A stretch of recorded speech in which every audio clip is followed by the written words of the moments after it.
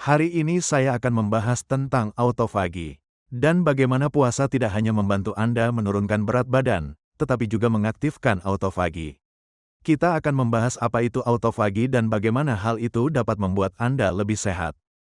Dan akan segera dibahas. Jika Anda menemukan konten ini bermanfaat, silakan sukai video ini dan berlangganan saluran ini untuk konten bermanfaat lainnya. Apa itu autofagi? Hadiah Nobel Kedokteran 2016 dianugerahkan kepada Dr. Yoshinori Ohsumi atas penemuannya mengenai autofagi. Kata dalam bahasa Inggris ini berasal dari kata Yunani, auto, yang berarti diri sendiri, dan phagein, yang berarti makan.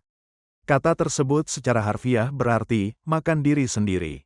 Ini adalah mekanisme tubuh untuk menghilangkan semua mesin sel yang rusak dan tua.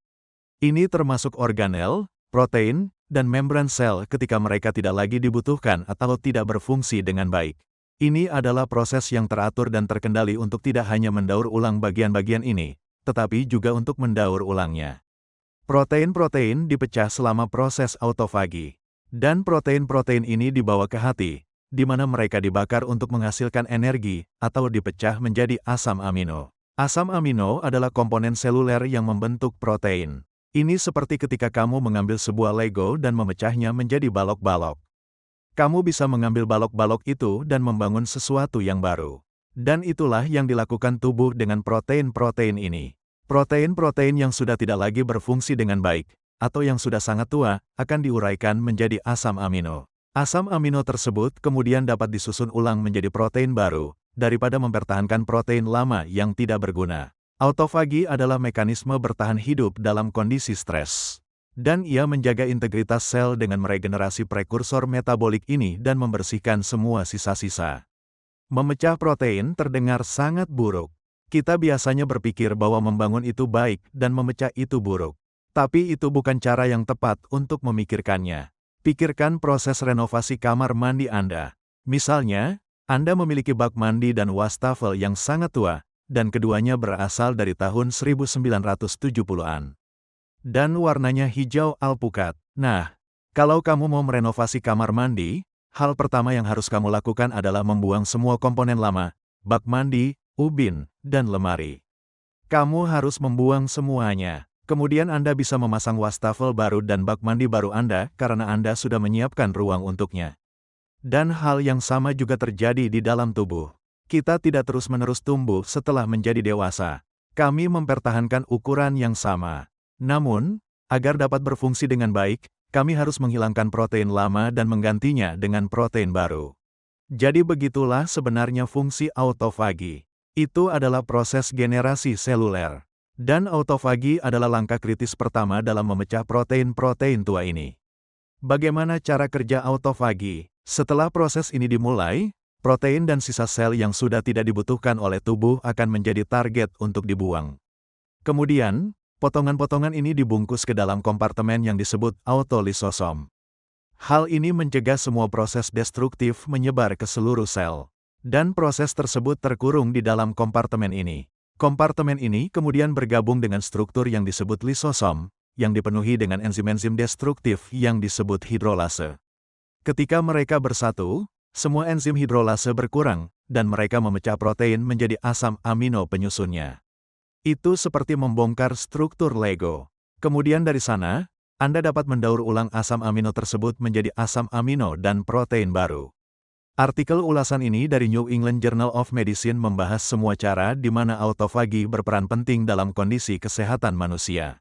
Sebenarnya, semakin diakui bahwa autofagi memainkan peran kunci dalam proses penuaan dan penyakit. Ada beberapa cara di mana autofagi melakukan hal ini.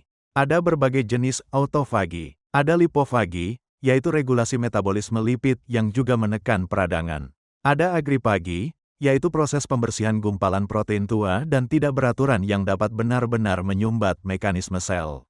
Ada xenofagi yang menghancurkan protein yang terkait dengan infeksi, seperti bakteri dan virus. Dan terakhir, ada mitofagi, yaitu proses generasi mitokondria. Mitokondria adalah organel yang berfungsi sebagai pembangkit energi bagi sel. Dan ketika autofagi terganggu dengan cara tertentu, hal ini berperan dalam berbagai penyakit seperti penyakit metabolik seperti diabetes tipe 2 dan obesitas. Penyakit paru-paru seperti penyakit paru obstruktif kronis, penyakit neurodegeneratif dan penuaan seperti Alzheimer dan Huntington. Misalnya, pada penyakit Alzheimer, kita tahu bahwa terdapat banyak agregat protein di otak.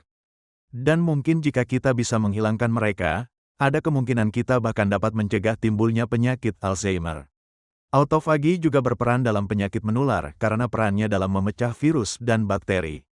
Autofagi berperan dalam penyakit pembuluh darah, seperti serangan jantung dan stroke. Hal ini memainkan peran penting dalam menjaga kesehatan tubuh kita. Hal ini menjaga pembuluh darah tetap lentur dan membantu membersihkan semua endapan protein dan kolesterol yang menyumbat arteri kita dan menyebabkan serangan jantung. Autofagi juga berdampak pada kanker. Kanker juga merupakan penyakit yang disebabkan oleh pertumbuhan yang berlebihan. Oleh karena itu, membersihkan sel-sel tua dan menggantinya dengan sel-sel baru mungkin merupakan cara untuk mencegah jenis-jenis kanker tertentu. Sekarang kita sudah tahu betapa pentingnya autofagi. Pertanyaannya adalah, bagaimana kita akan mengaktifkannya? Kami tahu bahwa autofagi sangat diatur dengan ketat. Autofagi yang berlebihan tidak baik. Namun, autofagi yang terlalu sedikit juga tidak baik, karena Anda tidak akan mengaktifkan proses peremajaan tersebut. Kuncinya adalah kekurangan nutrisi. Tubuh kita memiliki beberapa hormon pengirim sinyal yang berfungsi sebagai sensor nutrisi. Hormon-hormon ini terutama insulin dan sesuatu yang disebut mTOR. Pesan-pesan hormonal ini memberitahu kita bahwa, hei, makanan tersedia. Jadi, jika kita makan, misalnya, karbohidrat, maka kadar insulin dalam darah Anda akan naik. Jika kita membutuhkan protein seperti asam amino, maka mTOR meningkat. Dan hal ini memberikan sinyal kepada seluruh tubuh bahwa makanan kini tersedia dan kita harus tumbuh. Di sisi lain, ketika kita tidak makan, misalnya saat berpuasa, baik mTOR maupun insulin akan menurun. Dan mereka mengirim sinyal yang mengatakan, hei, tidak ada makanan yang tersedia. Mari kita berdiam diri, memperlambat pertumbuhan sel, dan beralih ke mode pemeliharaan generasi. Untuk autofagi, mTOR adalah regulator utama. Ia mengintegrasikan informasi dari ketersediaan nutrisi, hipoksia, kekurangan oksigen, faktor pertumbuhan, dan insulin. Dan ketika mTOR tinggi, ia memberikan sinyal kepada tubuh untuk melanjutkan pertumbuhan. Ketika kadarnya rendah, itu berarti perlambat pertumbuhan. Dan itulah saatnya Anda mengaktifkan autofagi. Cara paling efisien untuk mengaktifkan autofagi adalah dengan membatasi konsumsi makanan-makanan tersebut. Anda bisa mengikuti diet rendah protein, tetapi kemudian Anda berisiko tidak mendapatkan cukup protein untuk membangun otot dan bagian tubuh lainnya yang Anda butuhkan. Jadi, puasa sebenarnya adalah cara terbaik untuk mengaktifkan autofagi. Pertama, Anda tidak mendapatkan sinyal protein atau nutrisi lainnya, sehingga Anda secara maksimal menurunkan mTOR dan merangsang autofagi. Namun, puasa tidak hanya melakukan itu, karena saat Anda memecah bagian-bagian subseluler tersebut, saat Anda mengaktifkan autofagi, puasa juga merangsang hormon pertumbuhan. Oleh karena itu, ketika Anda makan lagi, tubuh Anda sudah siap untuk menggantikan semua protein yang Anda butuhkan. Tubuh Anda siap untuk membangun kembali. Proses memecah struktur lama, membuang hal-hal yang tidak berguna, dan menggantinya dengan yang baru, sebenarnya disebut rejuvenasi. Dan itulah yang dilakukan oleh puasa. Menariknya, puasa selalu dianggap sebagai proses peremajaan. Manusia telah berpuasa selama ribuan tahun. Dan di masa lalu, mereka menyebutnya sebagai pembersihan atau detoksifikasi. Dan itulah tepatnya yang dimaksud dengan autofagi. Berpuasa memungkinkan tubuh Anda untuk membersihkan protein-protein lama yang tidak lagi dibutuhkan.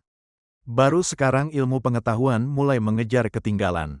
Dan sekarang kita memahami bagaimana puasa dapat menjadi bagian dari kesehatan yang baik.